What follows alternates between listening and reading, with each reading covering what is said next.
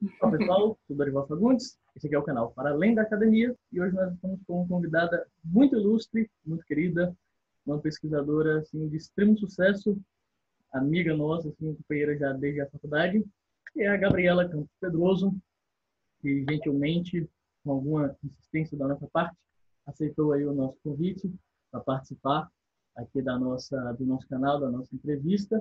Então, Gabi, seja muito bem-vinda, tá, ao nosso canal. Vou te passar a palavra para você falar um pouquinho sobre a sua trajetória, enfim, como que você chegou até onde você chegou, tem essa carreira brilhante que você está construindo, tá? Então, novamente, amiga, obrigado e parabéns.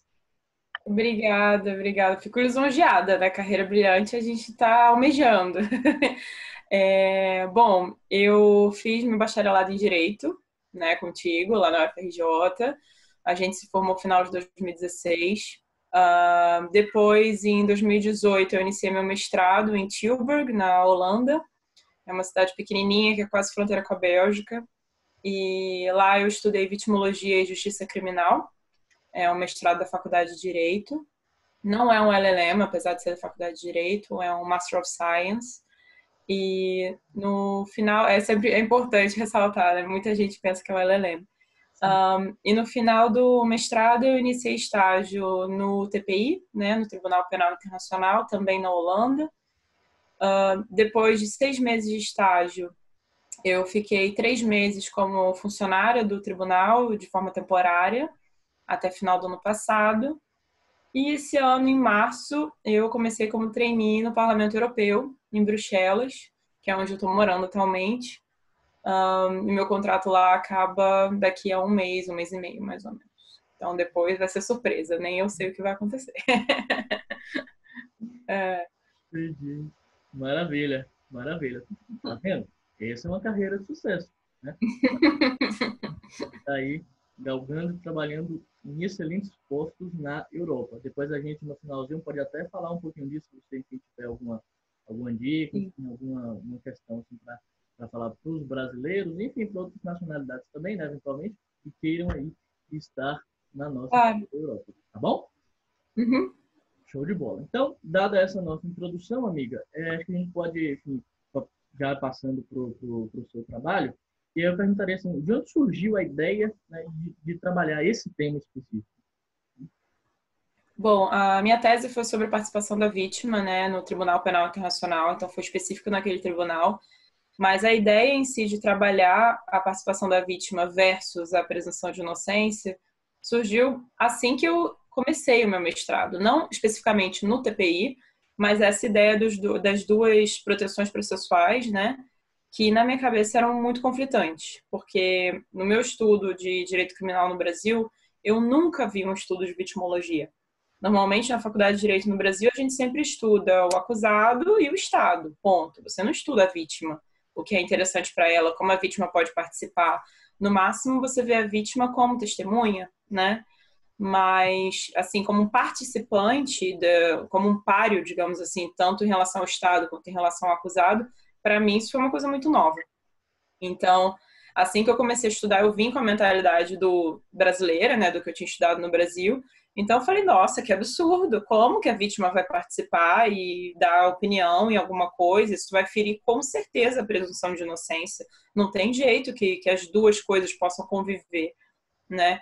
Então, eu já tinha esse questionamento que eu queria escrever sobre. Depois, a minha supervisora, como todo bom supervisor, falou, então, você tem que delinear o que você quer trabalhar, não pode só ser tão generalista assim, né?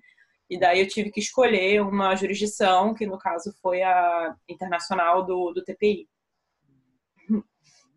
Entendi. Excelente insight, inclusive.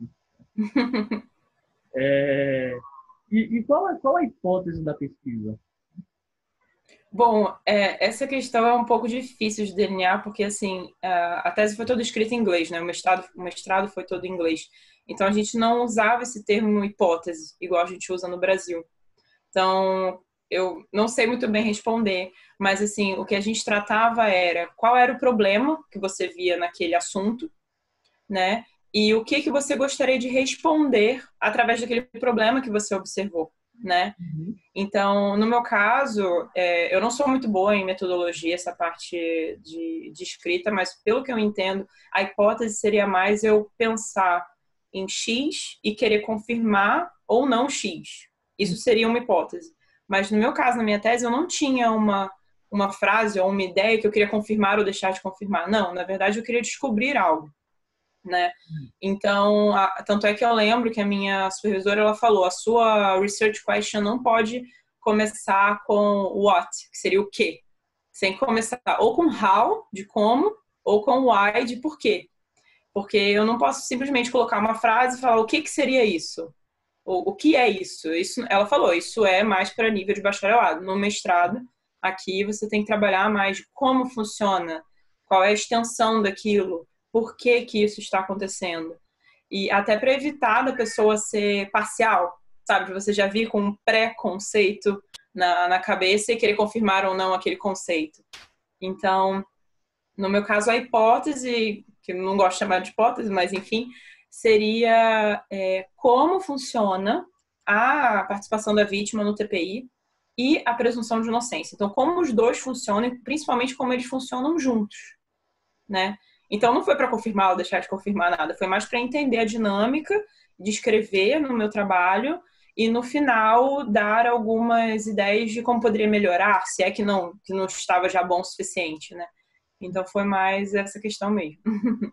Não, entendi. Maravilha. Eu vi mesmo, enfim, eu esqueci de falar essa questão, o trabalho está todo em inglês, né? Então, a gente sempre deixa o link disponibilizado na descrição do vídeo para quem gente que quer acessar, né, especificamente o trabalho, eventualmente qualquer outro link que você queira deixar linkado. E aí eu vi de fato que não tinha esse termo, né? Mas como eu estou aqui no Brasil e aí já acostumado com isso, eu perguntei dessa forma, mas show de bola. Acho que você respondeu qual era a ideia, né? Da Sim, sim.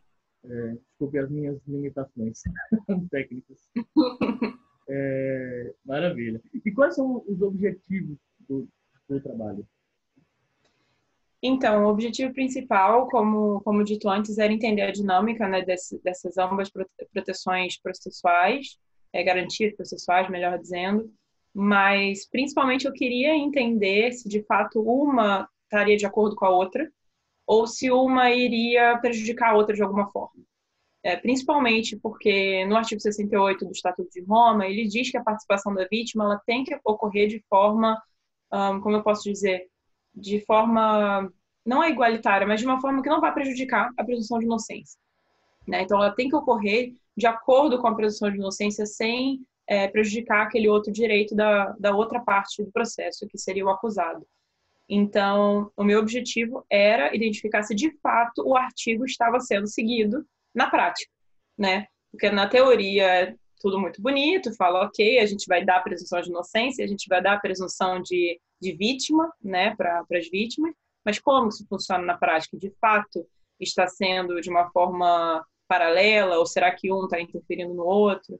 Então, esse foi o meu objetivo. Uhum. Entendi. E qual foi o percurso metodológico utilizado por você? Bom, foram duas etapas principais. A primeira etapa foi, entre aspas, a mais simples, né? Porque foi baseado no direito internacional humanitário, direito internacional dos direitos humanos. Eu averiguei como que funcionava a presunção de inocência e principalmente como ela era aplicada no TPI. Porque quando o Estatuto de Roma foi escrito, ele foi baseado no que existia já antes, né, no direito internacional em relação à presunção de inocência, principalmente. Então, baseado nessa parte do direito internacional e também em alguns autores que eu li, definindo mais o que seria, a primeira etapa foi essa. O que é a presunção de inocência e como que você faz para garanti-la durante o processo penal internacional. A segunda fase, que foi um pouco mais complicada, foi entender como funcionava a participação da vítima. Então, a participação da vítima no tribunal ela pode ocorrer na fase de pre-trial, na fase do trial e na fase da apelação, né, o appeals. Por uma questão de eu conseguir terminar a minha tese em tempo e da tese não ficar muito grande, porque na Holanda, pelo menos, tem limite, você não pode escrever o quanto você quiser. a minha supervisora me indicou eu não falar sobre a parte de apelação. Ela achava que ia ficar muito extenso. Então, até no início do meu trabalho, eu falo que por uma questão de feasibility, para ficar fazível, digamos assim, eu não trabalhei essa parte da apelação. Então, eu trabalhei a participação da vítima na fase de pre-trial, na fase do trial, e enquanto eu ia trabalhando isso, eu ia sempre comparando, né? Então, a primeira etapa foi falar, a presunção de inocência é isso. A segunda etapa foi a participação da vítima é isso, e está de acordo ou não com o que a gente viu antes sobre a presunção de inocência. Então, era sempre uma comparação dos dois termos, né? Para ver se, de fato, o artigo 68 estava sendo respeitado. Uhum. Entendi. Maravilha, maravilha. Mas você chegou só uma questão que me veio à mente aqui agora, você chegou a estudar por conta própria, ainda que não tenha efetivamente escrito sobre isso, com relação à parte de apelação? Desculpa, não ouvi. Pode repetir um pouquinho mais alto. Claro, você chegou, ainda que você não tenha escrito sobre isso, você chegou a estudar a participação das vítimas na apelação? Na época, não. Eu lidei um pouco com isso quando eu trabalhei no TPI, na parte prática mesmo, mas estudar a parte teórica, mais filosófica, não cheguei a abordar essa parte. Entendi, entendi. E eu não sabia dessa questão que lá na Holanda eles limitam, né, efetivamente. Sim, sim, sim. Tem um limite. Eu não lembro quantas palavras, acho que eu escrevi 15 mil palavras, e se eu não me engano, o limite era 16 mil, algo assim. Eu sei que eu fiquei bem, bem próximo. Você não pode sair escrevendo quanto quer, não. Pelo contrário, é engraçado que a minha tese do bacharelado eu escrevi 100 páginas. A do mestrado eu pensei, nossa, vou escrever 200. Só que não. Exatamente. Ainda mais porque na cultura holandesa eles são muito diretos, são muito sucintos. E a própria língua inglesa também é assim. Né? Para mim foi muito difícil me adaptar a escrever uma tese na língua inglesa justamente por isso.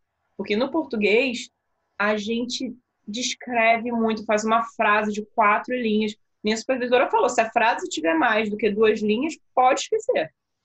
Não pode ter isso. Então tem que ser tudo muito direto e sem muitos devaneios, sabe? Tem que ser tudo direto ao ponto, até para a tese também poder ficar do tamanho necessário. Interessante. É muito desafiador, né? Assim, eu imagino que deve ter sido, né? Escrever. Sim. Uma excelente pergunta, inclusive. Você escreveu direto em inglês, certo? Sim, sim, sim. É mais fácil escrever em português para traduzir, não é muito mais complicado. A estrutura da língua é diferente, né? Sim. É justamente nisso que eu estava pensando, né? Eu falei, ela deve ter escrito direto em inglês, porque senão ia ficar até complicado, né? Por conta dessa questão do português que você falou. Sim. Tanto é que tem muitos termos que sinceramente, eu não sei como traduzir, porque eu aprendi na faculdade em inglês, escrevi em inglês e eu nunca vi no Brasil, então pode ser que tenha, pode ser falta de conhecimento meu, mas não sei, sinceramente não sei. Uhum. Entendi. Muito interessante. Interessante. Tá, vamos lá. E assim, agora já saindo um pouco dessa questão mais da introdução, né, do método, dos objetivos, por que o TPI é um tribunal diferenciado quando se trata do direito das vítimas? O que ele tem de diferente? Então, o TPI foi o próprio Estatuto de Roma, né? Foi o primeiro estatuto de um tribunal, então a palavra-chave aí é tribunal, que iniciou a participação das vítimas durante o processo penal. Então, foi o primeiro estatuto a nível internacional de um tribunal, né? Não é qualquer instituição, então estamos falando de uma corte, que introduziu a participação da vítima. E isso é extremamente importante, porque a partir daí você teve até tribunais nacionais, né, de países que copiaram, de certa forma, o procedimento do TPI, como funciona. E então ele é o que a gente chama em inglês tipo state of the art, né, o modelo a ser seguido quando se trata de participação das vítimas. Também foi um motivo de eu querer escolher justamente esse tribunal para escrever minha tese. Porque se eu vou tratar desse assunto, eu pensei, bom, vou pegar o tribunal que é o state of the art para poder falar sobre. Entendi. De fato. Interessante. Tá.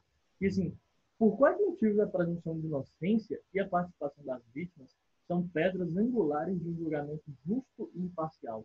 Comenta um pouquinho essa questão para a gente.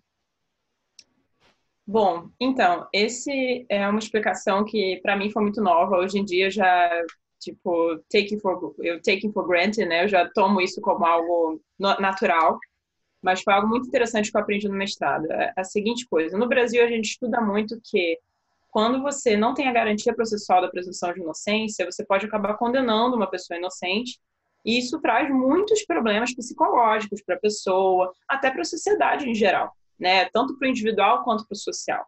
Então, você tem esse dano moral, digamos assim, tanto da pessoa quanto da sociedade. Por outro lado, quando se trata das vítimas, e aí entra a versão nova, que eu nunca estudei isso no Brasil antes, eu achei muito interessante. Quando você tem uma vítima que sofreu de um crime, você não coloca essa vítima para participar do processo ou para receber reparações depois, você corre muito risco, não é 100% certeza, mas corre muito risco de estar fazendo o que se chama de secondary victimization. Então, você está vitimizando essa pessoa pela segunda vez. Então, vou dar um exemplo drástico.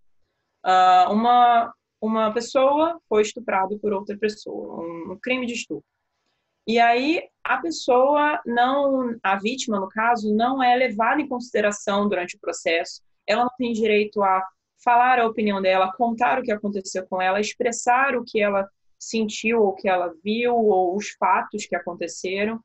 Então, pode ser que mesmo que tenha uma acusação no final, não estou nem dizendo no caso de uma inocência, né? Mas se a pessoa de fato for condenada, a vítima pode mesmo assim se sentir mal, porque ela se sente como a parte daquele processo.